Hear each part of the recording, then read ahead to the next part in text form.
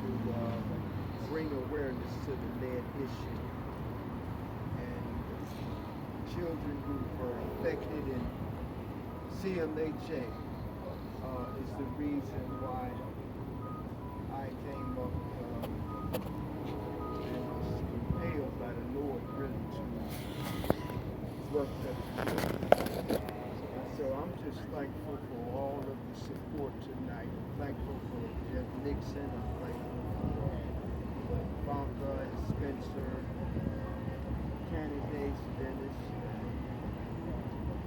Zack, Justin, and all those who are taking an ear to the children. Because we believe that being for public housing, being those who are downtrodden, we don't have the voices. Those children don't have the voices to speak for them. So I thank everyone here, and I'll turn it back over to Jeff.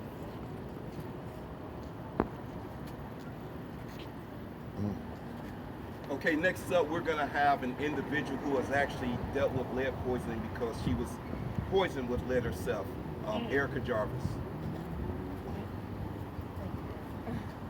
Good evening, everyone. No, I'm good. I'm good. Thank you. So, as we all know, lead poison has been an issue in our city for decades. We know that even a small amount of lead can ravage the brain and other bodily functions. We know that lead can affect a child's behavior, such as extreme mood swings and impulsive behavior. We know that lead paint chips taste sweet like candy. We know that children under the age of 5 are poisoned the most, but the extent of their poisoning may not show up until years later. I know what you are thinking. This lady must be an expert about lead poisoning. This lady must work for an organization educating people about lead. This lady must have studied about this.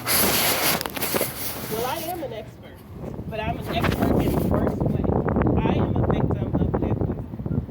I can remember as a young child getting my blood drawn weekly because my lead level was low.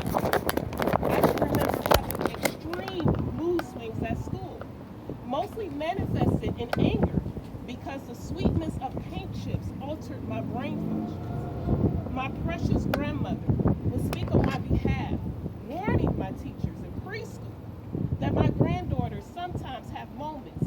If you just leave her alone for a few minutes, she'll be all right. What she meant was that the temporary but powerful rage that I would experience would be soon over. Don't be alarmed. It is amazing to me how many of our children are behind jail cells for crimes that are more violent and more aggressive than any other time in the history of this city, and lead poisoning is not a discussion point. It is amazing to me how many teachers have to deal with aggressive behaviors from students as young as pre-K and kindergarten, and lead poisoning is not a discussion point. It is amazing to me how we have the Department of Building and Housing and the Department of Health are not working together to protect our families and our communities. Lead is not a discussion point. It is amazing to me how we can approve an organization having their headquarters downtown that in some ways has contributed to the lead crisis in this city, but we allow our children to fall through the cracks of having regularly lead testing, even in a pandemic, to ensure that our children are being protected from extremely high levels of lead. I must sadly say again, lead is not even a discussion point. It is amazing to me how potential legislation addressing this issue in 2017 sat on the floor, never got a hearing. I guess lead poisoning isn't that important. It is amazing how thousands of citizens in this city wanted real change just to only have the existing legislation wear dentures because they took all the teeth out of it. But from it, I guess the poison of our children isn't important enough. It is amazing to me how 7 candidates had an entire debate about important issues such as crime, poverty, public health, even addressing crime as a public health issue. And the words lead poisoning wasn't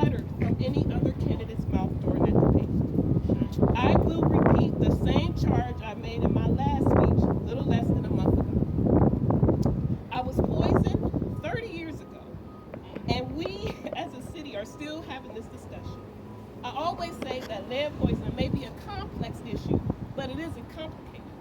Our children should not have to suffer. Our parents should not have to wonder about the physical and emotional development of their children. Parents should have a safe place to stay for their children. Teachers should only have to teach and not face the aggressive behaviors of students because something has happened to them that is out of their control. We have to do something now. The days of talk and no action are over. Yeah. We have to do something now. Yeah. The days of letting those who are lackadaisical about addressing lead in this city are over. We need action, real action, now. Now, before I move to this next part, I appreciate the candidates being here. I mentioned y'all in my last speech, so I'll do it again. Do it again. Mr. Bibb, Yeah. Mr. DeBello, Mr. Kelly, Mr. Jones, all wrong. Mr. Kucinich, Mr. Reed, and Miss Williams. There you go. In my last speech, I humbly asked candidates that if they were not ready to address lead poisoning in this city starting day one of their administration, they should remove themselves from the mayoral race. That's a good idea. That's a great idea. This time, I demand that if you, the candidates, are not ready to address lead poisoning in this city, starting day one of your administration, remove yourself from the race right now. Right now. Our communities are in need of a leader that will not make excuses as to why we cannot make meaningful strides to address this issue. In other words, we need a leader that will take the mindset by any means necessary to protect our babies, families, and our communities.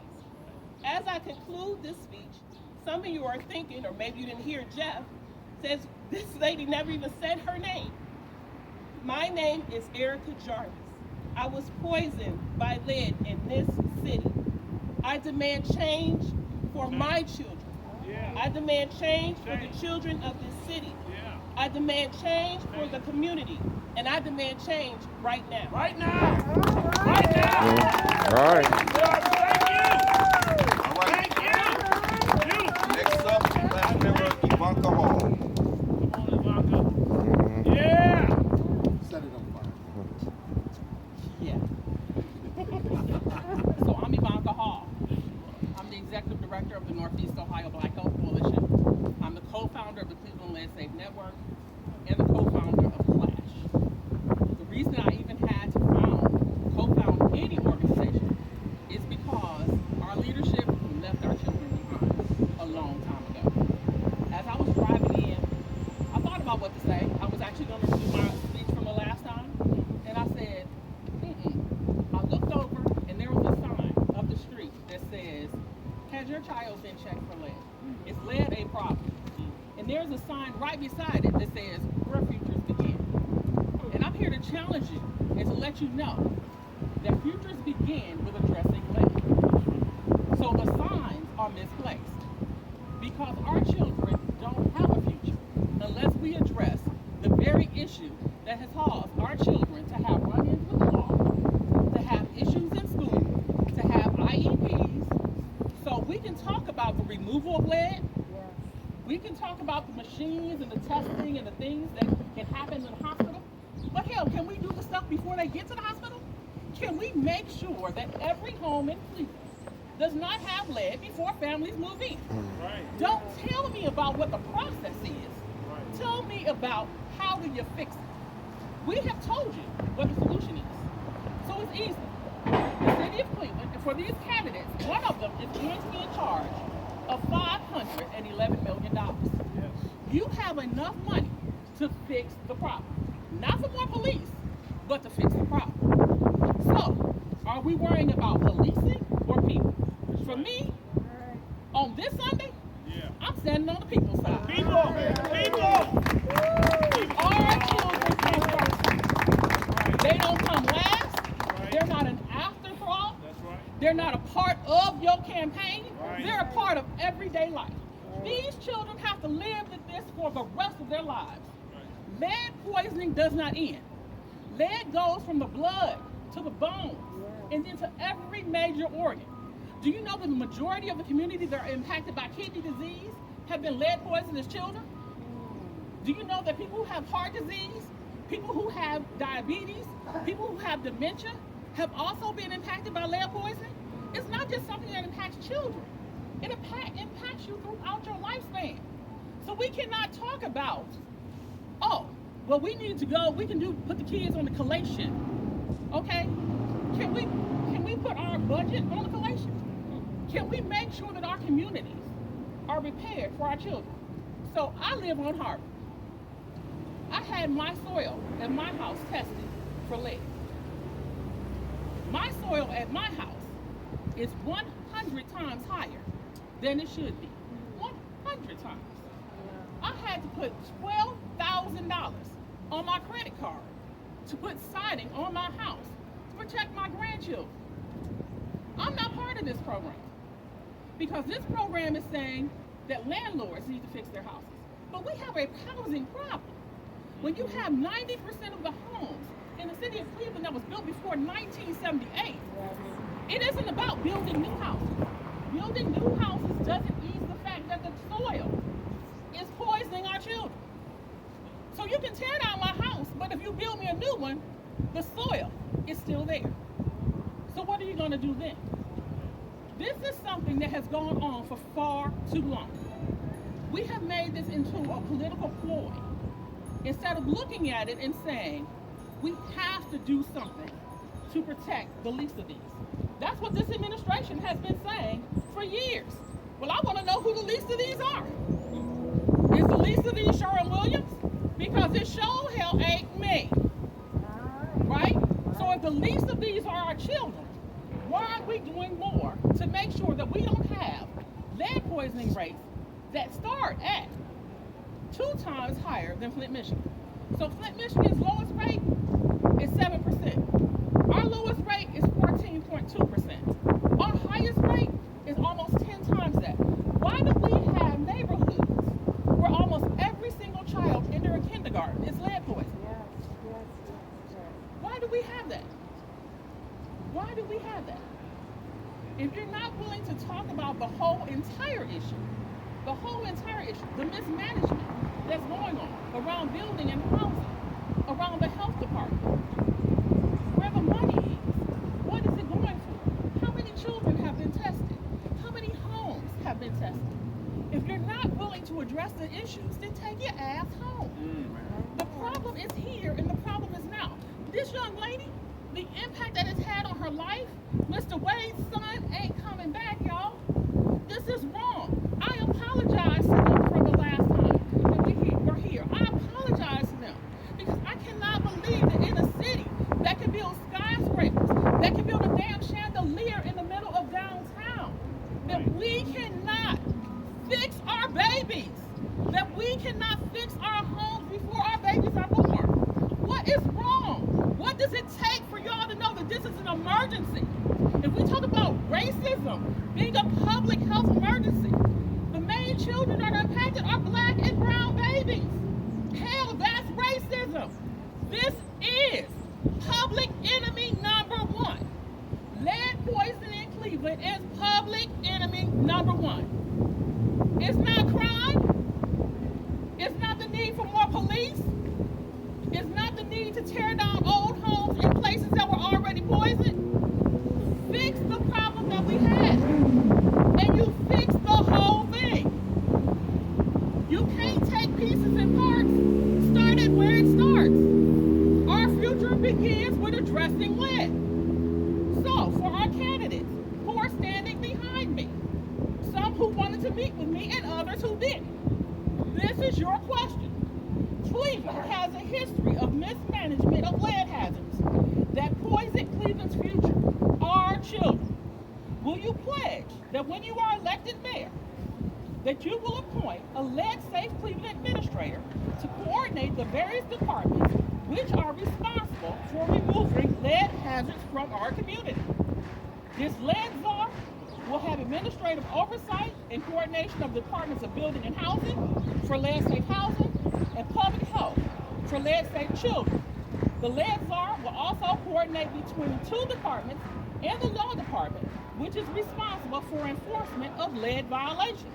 The lead czar will have the authority to advise the Cleveland Municipal School District and the Cuyahoga County Metropolitan Housing Authority through your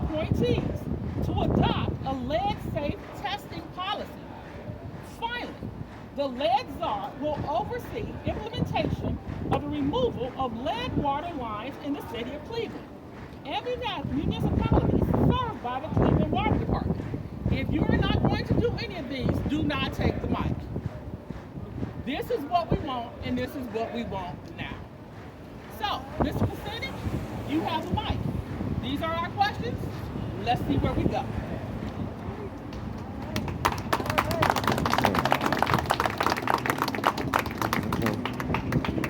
I'm here in 100% support of the Black on Black Crime and Clash Initiative and others who are supporting this moment.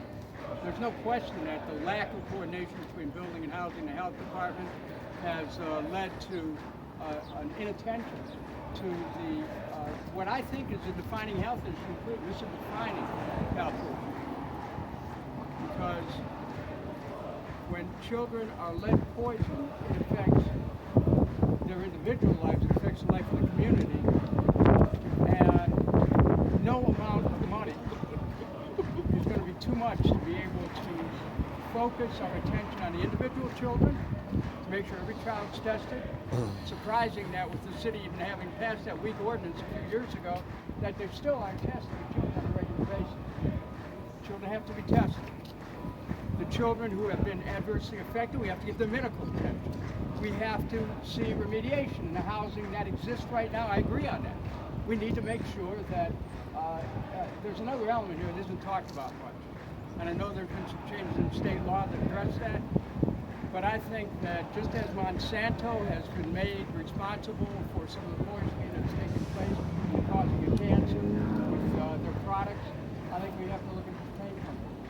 Because they were selling lead paint for years, and no one said anything about it. Children were ingesting this lead, and somebody's got to be accountable for this. So what I intend to do is not just, yes, we need to handle this administratively, we need to handle this at building and housing and a health department issue, we need to handle this with respect to current housing and remediating, we need to do something about the water pipes, I'm there, but also say there's some legal issues that remain unresolved with respect to the joint and several legal liability to the corporations who have been making these products, and they haven't really been, at this point, held liable, but I certainly have the law department do that. I just want to say that I appreciate being here with Zack and Bibb, that you have 3 mayoral candidates who stand with you right now, unequivocally, says a lot because it says that this coalition is being heard. This coalition will make a difference, and we're all standing with you. One of us could be the next mayor, and I think that it should be comforting for you to know, Ms. Hall, and to the others, Erica, that we stand with you. And this is, as I said, a defining issue. It is defining. Thank you. Thank you. Thank you, Dennis. So I want to make sure that our candidate Kucinich knows and understands that some 25 years ago, the state of Ohio filed a lawsuit against Sherwin-Williams, and so that they did the same thing in California, our Attorney General. And our Attorney General, who actually was a person who ran for name? Cordray.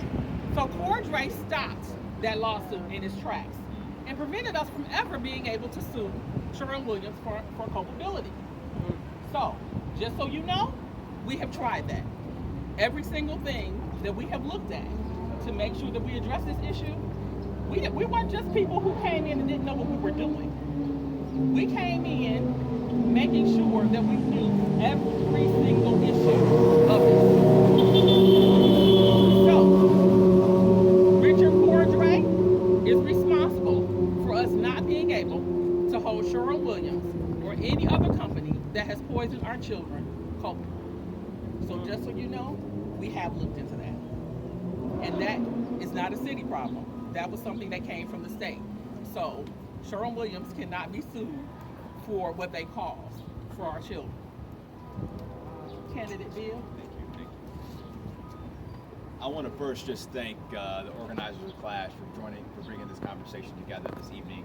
And as you think about every major issue that has happened in the city, organizers and activists like Clash, whether it be the $15 minimum wage, whether it be us trying to vote on the Crooked Loan Seal, and bring real urgency to this issue, it's been the activists that have stirred the consciousness of the city and not city leadership. And now more than ever, we can't afford to wait in this moment. Justice delayed is justice denied. And as your next mayor, I'm committed to having a lead czar in my administration. If that doesn't happen in January, it happens on November 3rd in my transition. For you to help guide and advise my administration to ensure we can have the right processes for this long term. Secondly, every cent of this money we're getting from President Biden must be spent to eradicate this issue, so it's no longer an issue in our community in the future. And thirdly, our building departments and housing departments have to talk to each other. They shouldn't be fighting back and forth to fix this issue, right? And so if we don't find a way to get the basics right, we will not see long-term systemic change on this issue. And a city that works for our children is a city that can work for everybody. And that's the sense of urgency I intend to bring as your next mayor. And I want to make sure that Clash knows this. You will be an extension of my administration and will have a seat at the table in my administration once elected. And I want to thank you again for all the work you're doing to stir the consciousness of this issue in our city. Thank you.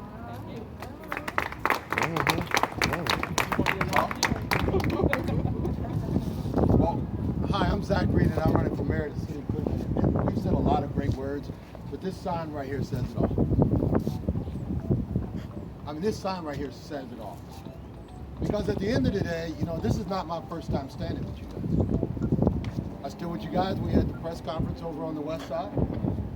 I stood with you guys as we continue to have this ongoing conversation. Yes. This is not my first time coming and standing with you on this issue. I'm not standing here because I'm a mayoral candidate. I'm standing here because this is an issue that has to be resolved. It is as simple as that. And we all know why it's not being resolved. Let's be honest. We use nice words and we got great platitudes and all. We're not resolving this issue because these are black kids and these are poor kids that are being affected. Let's be clear. These are black kids and these are poor kids that are being affected. If these were rich white kids that were being affected by this problem would get the attention that it rightfully deserves. Let's be clear. You're right about and it. let's be honest. When you talk about, and you said it right, Ms. Hall, when you talk about the fact that this is a public health issue, I've said, and I will continue to say, that violence is a public health issue. This is a public health issue. And look at all the public health issues. Who do they affect the most? Black kids, black individuals, and poor people. And we just got to start calling a spade, people. We got to stop playing around on the edges. And when you look at this issue, this is a really serious issue. You know, I said during the debate last week that we got to put on a sense of urgency. I talked about the fact that, you know, that we're building houses on one side of the city, and we're not building houses on the other side of the city. And we all remember when Mayor Michael White became mayor, what did he do? You all remember when we were old enough, what we used to do. We used to tear down a house, we used to bury the house into the ground. And what did Mayor Michael White say? We're not doing it anymore because it costs too much to now go in there with the developer and take that house out, and it costs more money to build a house. Well, Ms. Hall is right. If we can do that, why are we not taking out the soil at the same time that we're building these brand new houses in our wards, in our communities, in our neighborhoods? Money is not the issue, people. It is the will for people to do the right thing. That's right. Many of you know I talked about this violence on our streets for years. I stood at this city hall for over a decade talking about the violence. And then I started talking about the fact that maybe we look at a Freddie Gray when that whole conversation came about. Well, what did I do? I called up our medical examiner and I said, do we test every individual who has been murdered in the city of Cleveland to see if they had lead in their systems? And you know what he said to me? He said, we don't, but it's not that hard and it's not that costly. Because maybe if we started doing that, maybe we would go to the next level and see that this real problem of violence in our wards, in our communities, in our neighborhood stems to what Ms. Hall said. It goes all the way back to the beginning. That these young people are living in these homes, living in these communities, living in these neighborhoods filled with lead. And then as they get older, the lead's not going anywhere from their bodies. It's only harming them more. And they're not getting a good education. And therefore they go out and make a bad mistake and find themselves behind these bars, behind prison bars.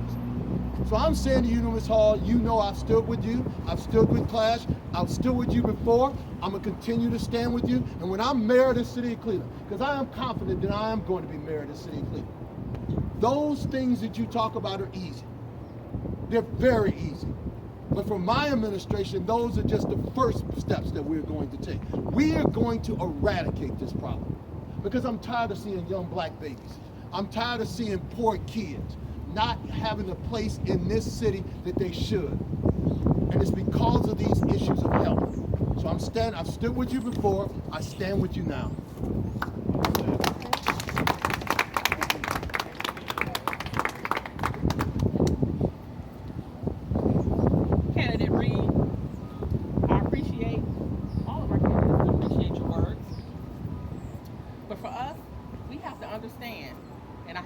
Back and let you know that we don't have to do a spinal tap on a dead body, right? We can make sure that we don't have that problem in the first place, right? So if we go back, let's go back, y'all, all the way back. Fix the houses. Fix the houses before you allow our children, our families to move in. Easy as that. If we want to address crime, we don't have to do a spinal tap. You can look at every report about lead that's ever been written. It tells you that lead poisoning causes the frontal lobe, which is your thinking and reasoning apparatus that doesn't fully develop until you're 26. It causes it not to grow at all. So it's not doing what it was supposed to do. So now you're asking people who have been poisoned and don't have thinking and reasoning capabilities to reason and think. And then you put them in juvenile detention facilities. And then you don't feed them what they need to be nutritionally sound. Feeding a 15-year-old a hot dog, an apple, and a bag of chips does not meet any nutritional guidelines. So you cannot expect children that have been poisoned and still not getting the nutrients that they need for their body. Because getting the nutrients, getting the right nutrients, can remove some of the lead from their body. But we have systems that are broken. So whether we're talking about our building and housing systems, whether we're talking about our court systems, whether we're talking about our juvenile justice systems or our schools, when our children don't have the food that they need to fight with, what we have is what we have. So we need to make sure that you understand me clearly. We don't need more police in the city of Cleveland. We need people to make sure that our children are not poisoned. Poison, police. Okay, we don't need more police. We need to address the problem that is messing with our community right now. And it is lead. Lead is causing all of the issues that we're seeing. All of these social determinants of health, we can directly tie them back to lead poisoning, y'all. I don't understand why y'all not getting it. Do you understand that education, employment, housing, and health all suffer because of lead poisoning? All of them. Every single determinant is determined about what we do with our housing stock before our children get in it. So don't let our children get poisoned and then come back and say, what's wrong with the kids? What's wrong with us? What's wrong with us for allowing it to happen in the first place? I'm not here to debate with these gentlemen. One of them is going to be the mayor. I'm the most hated black woman in Cleveland, but I'm okay with that. But I'm okay with that. Okay? Yeah. I was fired for being the health director, for addressing the very issues that impact our community. So I'm always going to stand with the community because that's who I am. I live in Cleveland. I've lived in Cleveland my whole entire life.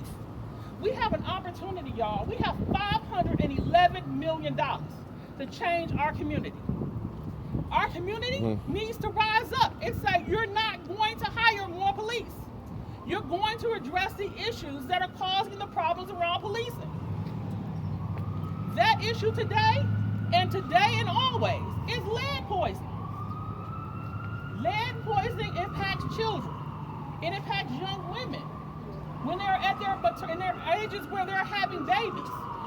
Lead poisoning is one of the reasons why infant mortality rates are so high.